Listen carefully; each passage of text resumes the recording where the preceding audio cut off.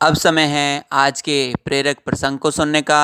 इसके लिए हमारे साथ हैं हमारे विद्यालय की अध्यापिका श्रीमती शशि अग्रवाल।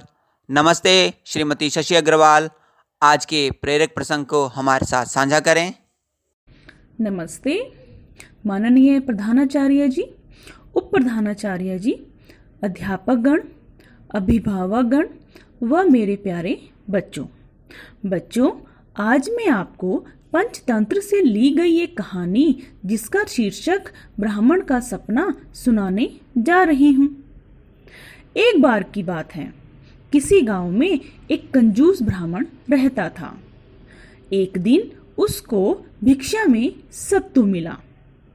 उसने उस सत्तू में से थोड़ा सा खा लिया और बाकी का मटकी में भरकर रख दिया। थोड़ी देर बाद उसने वह मटकी खूंटी पर टांग दी और वहीं उसी के पास खाट बिछाकर सो गया। सोते सोते वह ब्राह्मण सपनों की अनोखी दुनिया में घूमने लगा। उसने सपनों में देखा कि एक बार गांव में अकाल पड़ गया और उस समय वह अपना सत्तू 100 रुपए किलो के हिसाब से बेच देगा और फिर उन पैसों से बकरियां खरीद लेगा और कुछ समय के बाद फिर उन बकरियों को भी बेच देगा और जब उन बकरियों को बेचकर जो उसको धन मिलेगा उस धन से वह घोड़े खरीदेगा और कुछ समय के बाद वह उन घोड़ों को भी अच्छे दामों पर बेच देगा। जब उसको उन घोड़ों को बेचने पर अच्छे दाम मिलेंगे तो वह अमीर हो जाएगा और अमीर होने पर उसकी शादी किसी भी अच्छी लड़की से हो जाएगी। फिर उसने देखा कि शादी के बाद उसके एक लड़का होगा जिसका नाम वह मंगल रखेगा। फिर अपने उस बेटे मंगल को बढ़ता हुआ देखेगा और बढ़ता हुआ देखने पर उसका दिल बहुत खुश होगा।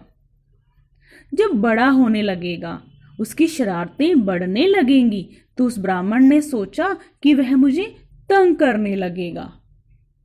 ऐसे में मैं अपनी पत्नी को गुस्से से बोलूंगा, तुम बच्चे का ध्यान नहीं रख सकती।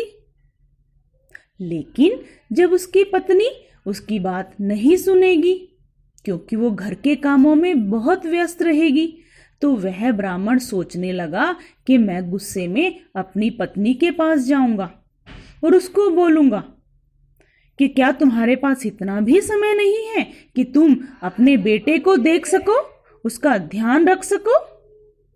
इन सभी बातों को सोचते सोचते जब ब्राह्मण की आंख खुली तो उसका पैर अचानक से सत्तू से भरी हुई मटकी पर जाकर लगा और वो मटकी टूट गई।